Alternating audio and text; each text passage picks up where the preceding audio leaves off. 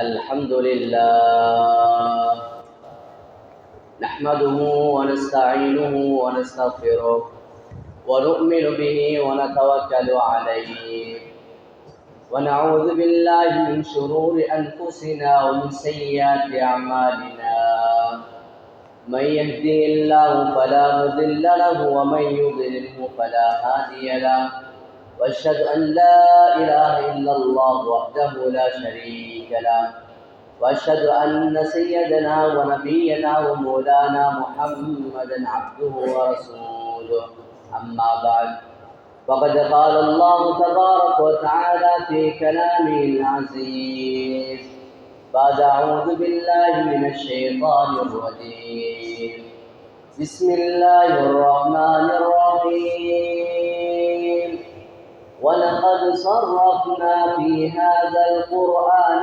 للناس من كل مثل وكان الإنسان أكثر شيء جدلا وقال النبي عليه الصلاة والسلام الدين النصيحة أو كما قال عليه الصلاة والسلام கண்ணியத்துக்கும் பெருமதிப்புக்கும் உரிய பெரியார்களே, சகோதரர்களே, அல்லாஹ்வின் நல்லடியார்களே, ரமலானுடைய மாதம் அல்லாஹ் சுப்ஹானஹு வ தஆலா நல்ல சில அமல்களில் ஈடுபடுவதற்கான சந்தர்ப்பத்தை எங்களுக்கு தந்து கொண்டிருக்கிறார். அல்லாஹ் சுப்ஹானஹு வ தஆலா உலகத்தில் மனிதர்களை ஏன் படைத்தான் என்பதை குர்ஆனில் சொல்கின்ற போது இல்லா லியஅபுதூன், மனிதர்கள் அல்லாஹ்வை இபாதத் செய்வதற்காக வேண்டித்தான் அல்லாஹ் தஆலா மனிதர்களை படைத்தார். ஒரு மனிதனுடைய வாழ்க்கையில் அவனுடைய தொழிலாக இருக்கலாம், குடும்ப வாழ்க்கையாக இருக்கலாம், சமூக வாழ்க்கையாக இருக்கலாம், அரசியலாக இருக்கலாம், உத்தியோகமாக இருக்கலாம், எதுவாக இருந்தால் அந்த அனைத்தின் மூலமும் மனிதன் இபாதத்தாக அவற்றை மாற்றி அல்லாஹ்வுடைய பொருத்தத்தை அவன் அடைய வேண்டும். அல்லாஹ் சுப்ஹானஹு வ தஆலா குர்ஆன்ல ஒரு மனிதன் அமல் இபாதத்தில் எவ்வளவு ஈடுபட வேண்டும் என்பதை அல்லாஹ் தஆலா குர்ஆனிலே சொல்கிறான்.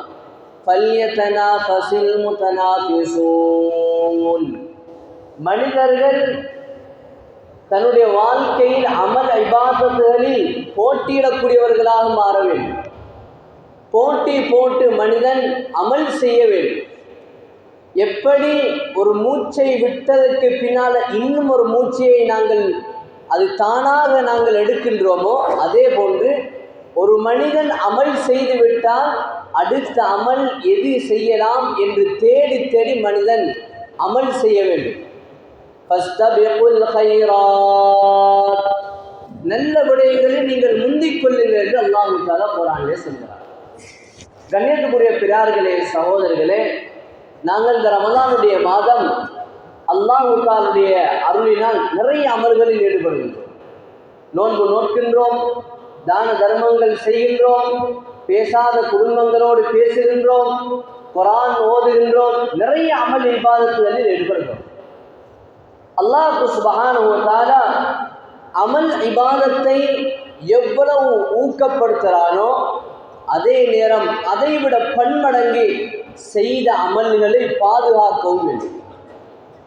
وَمَا لِأَحَدٍ عِندَهُ نِعْمَةٌ تُجْزَى, அல்லாஹ் சுப்ஹானஹு வ தஆலா நாளை மறுமையில் ஒரு மனிதனுக்கு எதுவுமே கை கொடுக்காது. அவன் உலகத்தில் செய்த நல்ல அமல்கள் தான், இந்த உலகில் அவன் செய்த நல்ல காரியங்கள் தான் அவனுக்கு உதவி செய்ய போகிறது. அதுவும் எப்போது உதவி செய்யும்?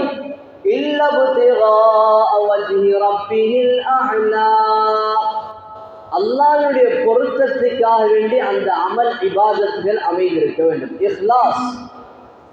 உலக வாழ்க்கையில் மனிதன் செய்யக்கூடிய ஒவ்வொரு நற்காரியங்களிலும் அல்லாஹ்வுடைய திருப்பொருத்தத்தை மாத்திரம் நாட வேண்டும். யாருடைய பேரும் புகழும், யாருடைய வரவேற்பும், யாருடைய மதிப்பையும் அவன் இலக்காக கொள்ளக்கூடாது. தான் செய்யக்கூடிய தான தர்மங்களுடைய நோக்கம் அல்லாஹ்வுடைய திருப்தி. தான் நோக்கக்கூடிய நோன்பினுடைய நோக்கம் அல்லாஹ்வுடைய திருப்தி. இது அல்லாமல் பேரும் புகழும், அவர் என்னை ஹாஜியார் என்று சொல்ல வேண்டும், 4 பேர் என்னை மதிக்க வேண்டும், 4 பேர் என்னை தொழுகையாளி என்று சொல்ல வேண்டும் என்பதற்காக வேண்டி ஒரு மனிதன் இந்த உலகத்தில் அமல் செய்வானாக இருந்தார். ஒரு மனிதன் இந்த உலக வாழ்க்கையில் காலம் நேரங்களை செலவழித்து இரவு பகலாக சிரமப்பட்டு பேரும் புகழுக்காக வேண்டி அவன் அமல் செய்வானாக இருந்தால் அல்லாஹ் தஆலா நாளை மறுமையில் வம்தாஸுல் யௌம அய்யுஹல் முஜ்ரிமூன், பாவிகளே நல்ல மக்களை விட்டு பிரிந்து செல்லுங்கள், உங்களுக்கு நல்ல மக்களோடு இடம் கிடையாது என்று அல்லாஹ் தஆலா அவர்களை திருப்பிடுவார். உலக வாழ்க்கையில் இரவில் நின்று வணங்கியிருப்பார், பகல் முழுவதும் நோன்பு நோற்றிருப்பார், மழை அளவு அமல்களோடு மறுமையில் வருவார். ஆனால் இவருடைய நோக்கம் உலகத்தின் பிரபல்யம், இவருடைய நோக்கம் உலகத்தில் மக்களுடைய பேரை பெற்றுக் கொள்ள வேண்டும். அல்லாஹ் தஆலா மழை அளவு அமல்களோடு வந்த அந்த அடியானுடைய அமல்களை ஒரு பழைய ஒதுக்க வேண்டிய ஒரு சீலையை, ஒரு புடவையை சுருட்டி வீசுவதை போன்று அந்த அடியானுடைய முகத்தில் அல்லாஹ் தஆலா அவருடைய அமல்களை சுருட்டி வீசி அவனை திருப்பி அனுப்பி விடுவான். அல்லாஹ் சொல்வான், வம்தாஸுல் யௌம அய்யுஹல் முஜ்ரிமூன், உலக வாழ்க்கையில் அல்லாஹ்வுக்கு செய்ய வேண்டிய இபாதத்தை பேரும் புகழுக்காகவும் செய்தவர்கள் பாவிகள். பாவிகளே, உங்களுக்கு நல்ல மக்களோடு இடம் கிடையாது, போங்கள் இந்த இடத்தை விட்டு என்று அல்லாஹ் தஆலா மழையளவு அமல் செய்து கொண்டு வந்தவர்களை அல்லாஹ் திருப்பி அனுப்புவார். எனவே அல்லாஹ்வின் நல்லடியார்களே, உலக வாழ்க்கையில் நாங்கள் செய்யக்கூடிய ஒவ்வொரு அமல் இபாதத்துடைய நோக்கம் அல்லாஹ்வுடைய திருப்தி, வேறு யாருடைய திருப்தியும் கிடையாது. எங்களுடைய அமல் இபாதத்தில் இஹ்லாஸோடு அல்லாஹ்வுடைய திருப்தியை மாத்திரம் நாங்கள் நாடி செய்ய வேண்டும். மேலான பெரியார்களே, சகோதரர்களே, ஹதரத் ரசூலுல்லாஹி ஸல்லல்லாஹு அலைஹி வஸல்லம் காலத்தில் இருந்த ஒருவர் தான் ஹதரத் அப்துர் ரஹ்மான் அவுஃப் ரலியல்லாஹு தஆலா அவர்கள். நேற்றைய தினம் நாங்கள் பத்ருடைய நிகழ்வுகளை பற்றி தெரிந்திருப்போம். ரசூலுல்லாஹி ஸல்லல்லாஹு அலைஹி வஸல்லம் அவர்களோடு பத்ர் களத்திலும் உஹது களத்திலும் ஏனைய எத்தனையோ யுத்தங்களில் கலந்து கொண்டவர் ஹதரத் அப்துர் ரஹ்மான் அவுஃப் ரலியல்லாஹு தஆலா, பெரும் சஹாபி. ஹதரத் அப்துர் ரஹ்மான் அவுஃப் ரலியல்லாஹு தஆலாவுடைய வாழ்க்கையை சஹாபாக்கள் தெளிவுபடுத்துகிறார்கள். அவர்களுடைய வாழ்க்கையை முழுமையாக சொல்ல முடியாதனால கட்டம் கட்டமாக பிரித்து சொல்கிறார்கள். ஹதரத் அப்துர் ரஹ்மான் அவுஃப் ரலியல்லாஹு தஆலாவுடைய வாழ்க்கையில நிறைய அம்சங்கள் இருந்தாலும் முதன்மைப்படுத்தக்கூடிய ஒரு விடயம் அவர்களுடைய தான தர்மம். அந்த தான தர்மத்தையும் சஹாபாக்கள் பிரித்து சொல்கிறார்கள். அவர்கள் நபி அவர்களுடைய காலத்தில் செய்த தான தர்மம், நபி ஸல்லல்லாஹு அலைஹி வஸல்லமுடைய மரணத்துக்கு பின்னால் செய்த தான தர்மம், அவருடைய மரண தருவாயில் செய்த தான தர்மம், அவருடைய குடும்பத்துக்கு செய்த தான தர்மம், சதக்கா ஜாரியாவாக செய்த தான தர்மம், ஏராளமான அவருடைய தான தர்மங்களை வகை வகையாக பிரித்து சொல்கிறார்கள். ரசூலுல்லாஹி ஸல்லல்லாஹு அலைஹி வஸல்லம் அவர்கள் தஸத்தகு, அல்லாஹ்வின் பாதையில் செலவு செய்யுங்கள், அன்ஃபிகு, அல்லாஹ்வின் பாதையில் செலவு செய்யுங்கள் என்று எப்போது சொல்வார்களோ அப்போதெல்லாம் ஹதரத் அப்துர் ரஹ்மான் அவுஃப் ரலியல்லாஹு தஆலா அவர்கள் தயங்காமல் செலவழிப்பார்கள். அவர்கள் செய்த செலவினத்தை ரசூலுல்லாஹி ஸல்லல்லாஹு அலைஹி வஸல்லம் காலத்தில் அவர்கள் செய்த செலவினத்தை சொல்கிறார்கள். ஒரு தடவை ஹதரத் ரசூலுல்லாஹி ஸல்லல்லாஹு அலைஹி வஸல்லம் அவர்கள் சொன்னார்கள், தஸத்தகு, அல்லாஹ்வின் பாதையில் செலவழிப்பவர்கள் யாராவது இருக்கிறீர்களா என்று ஒரே ஒரு தடவை தான் கேட்டார்கள். ஹதரத் அப்துர் ரஹ்மான் அவுஃப் ரலியல்லாஹு தஆலா அவர்கள் 4000 தங்க நாணயங்களை கொண்டு வந்து கொடுத்தார்கள். யா ரசூலல்லாஹ், அல்லாஹ்வின் பாதையில் நான் இதனை செலவு செய்கிறேன். இன்னும் ஒரு தடவை, அல்லாஹ்வின் பாதையில் செலவு செய்வர்கள் இருக்கிறீர்களா? கொண்டு வந்து கொடுக்கிறார்கள் 40,000 தங்க நாணயங்கள். அல்லாஹ்வின் பாதையில் செலவு செய்தவர் யாராவது இருக்கிறீர்களா? வருகிறார்கள். அது அப்துர் ரஹ்மான் அவுஃப் ரலியல்லாஹு தஆலா அவர்கள் 500 ஒட்டகங்களை கொடுக்கிறார்கள். இன்னும் ஒரு கட்டத்தில் 1500 குதிரைகளை கொடுக்கிறார்கள். இப்படி வாழ்க்கையில நிறைய கட்டங்களில் மார்க்கத்துக்காக, தீனுக்காக செலவு செய்தவர்கள் அது அப்துர் ரஹ்மான் அவுஃப் ரலியல்லாஹு தஆலா. அவங்களோட முழு நோக்கமும் அல்லாஹ்வுடைய திருப்தி தான். ஊர்ல நாட்டில பேரும் புகழும் மக்கள் மத்தியில் பிரபல்யத்தையும் அவர்கள் தான் செலவழித்த செலவீனத்தில் தான் செய்யக்கூடிய அமல் இபாதத்தின் மூலம் தேடவில்லை. ஹஜ்ரத் ரசூலுல்லாஹி ஸல்லல்லாஹு அலைஹி வஸல்லம் அவர்கள் மரணித்து விடுகிறார்கள். அப்போதும் தன்னுடைய தான தர்மத்தை தொடர்ந்து செய்து கொண்டே இருக்கிறார். இவ்வளவுக்கும் அல்லாஹ்வினால் சுவர்க்கவாதி என்று சொல்லி நன்மாராயம் கூறப்பட்ட 10 பேர்களில் ஒருவர் ஹஜ்ரத் அப்துர் ரஹ்மான் அவுஃப் ரலியல்லாஹு தஆலா. அந்த அப்துர் ரஹ்மான் அவுஃப் ரலியல்லாஹு தஆலா அவ்வளவு செலவழித்தும் வாழ்க்கையில அவங்க பயந்து இருந்தான். நான் செஞ்ச இந்த தான தர்மம் அல்லாஹ் ஏற்றுக்கொண்டிருப்பானோ, நான் செஞ்ச இந்த அமல்களை அல்லாஹ் கபூல் செய்திருப்பானோ, இதில் ஏதாவது குறைபாடுகள் இருக்குமோ, இந்த அமல்கள் எனக்கு பலனில்லாமல் போய்விடுமோ என்று பயந்து அமல் செய்தவர்கள் ஹஜ்ரத் அப்துர் ரஹ்மான் அவுஃப் ரலியல்லாஹு தஆலா. நபி அவர்களுடைய மரணத்திற்கு பின்னாலும் இதே மாதிரி நன்மையான காரியங்களில் ஈடுபட்டு கொண்டார்கள். இப்போது நபி ஸல்லல்லாஹு அலைஹி வஸல்லம் அவருடைய மரணத்துக்கு பின்னால் ஒவ்வொருவராக ஹலீஃபாவாக தலைமை தாங்கி வருகிறார்கள். இப்போது அது உஸ்மான் ரலியல்லாஹு தஆலா அவர்கள் ஹலீஃபாவாக இருக்கின்றார்கள். அப்போது ஹஜ்ரத் உஸ்மான் ரலியல்லாஹு தஆலா அவர்கள் சில சஹாபாக்களோடு பேசிக் கொண்டிருக்கும் போது ஒரு கதை வருகிறது. இதற்கு பின்னால் இந்த சமூகத்தை தலைமை தாங்குவதற்கு யார் தயார், யார் இதற்கு தகுதியானவர் என்று அவர்களுக்குள்ளான பேசிக் கொண்டிருக்கும் போது சில சஹாபாக்கள் சொன்னார்கள், ஹஜ்ரத் உஸ்மான் ரலியல்லாஹு தஆலா அவர்களுக்கு பின்னால் ஹலீஃபாவாக தலைவராக தகுதியானவர் ஹஜ்ரத் அப்துர் ரஹ்மான் அவுஃப் ரலியல்லாஹு தஆலா.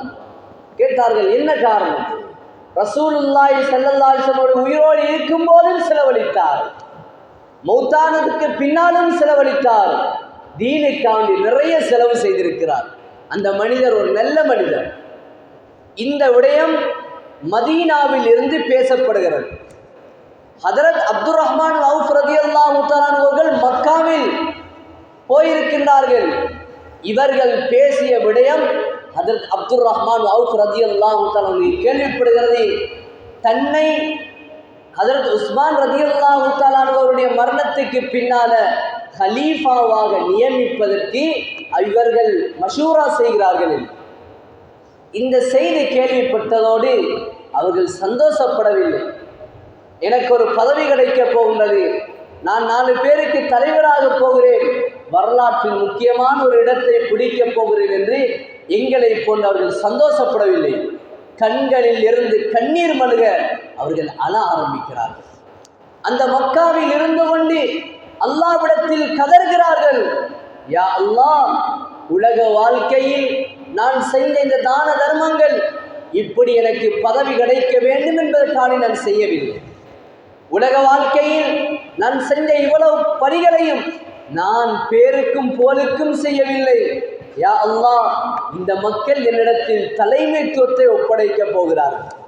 இந்த தலைமைத்துவம் என்னிடத்தில் ஒப்படைக்கப்பட்டால் நான் செய்த தான தர்மங்கள் நன்மை இழந்து விடுவேனோ என்று பயமாக இருக்கிறது. இந்த தலைமைத்துவத்தை என்னிடத்தில் கொண்டு வந்து சேர்ப்பார்களாக இருந்தால், யா அல்லாஹ், அதற்கு முன்னாலே என்னை நீ மரணிக்க செய்து விடுவாயா, எனக்கு மரணத்தையே எனக்கு சிறந்ததாக ஆக்கி தருவாயாக. ஏன் தெரியுமா?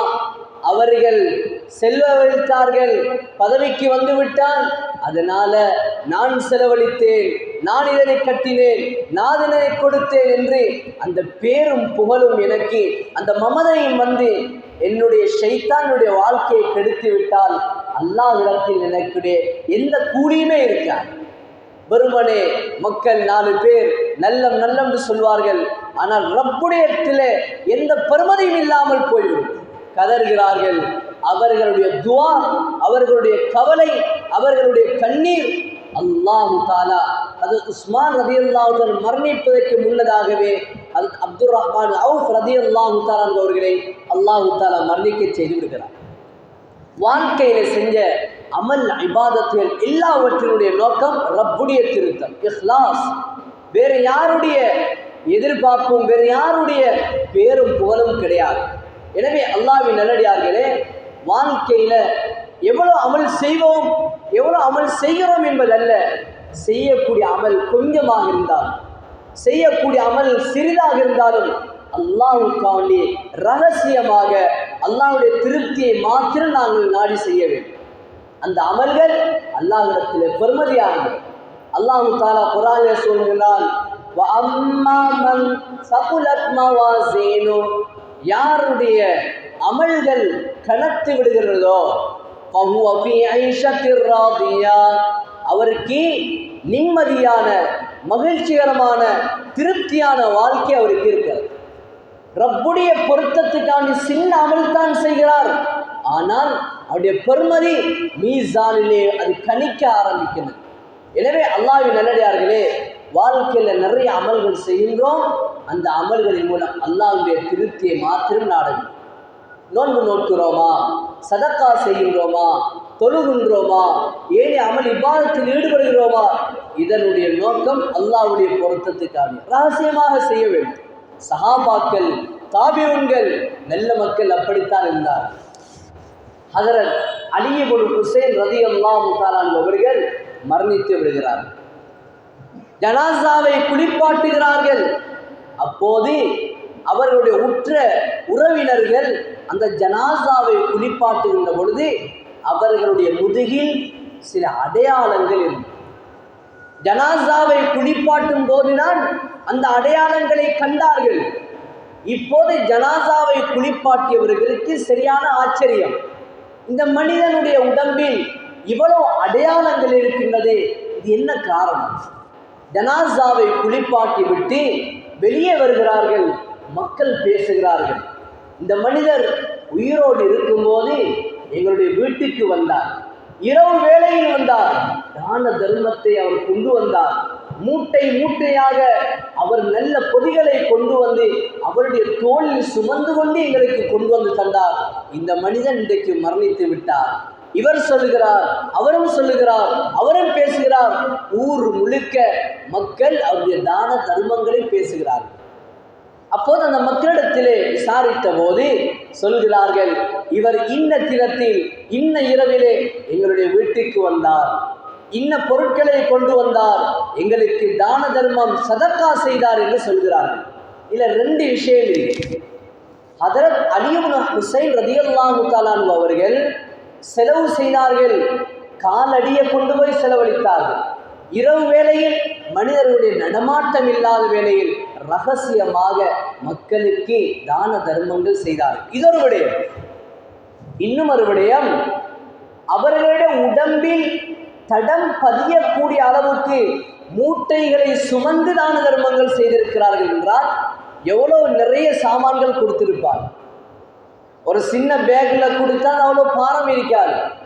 உடம்பில் அடையாளங்கள் தங்குகின்ற அளவுக்கு தான தர்மங்கள் செய்திருக்கிறார். ஒரு நாள் கொடுத்தா தடம் அழிஞ்சிரும், 2 நாள் கொடுத்தா தடம் அழிஞ்சிரும். வாழ்க்கையில தொடர்ச்சியாக தான தர்மங்கள் செய்திருக்கிறார். அதனாலதான் அந்த அடையாளங்கள் தொடர்ச்சியாக தங்கியிருக்கிறது.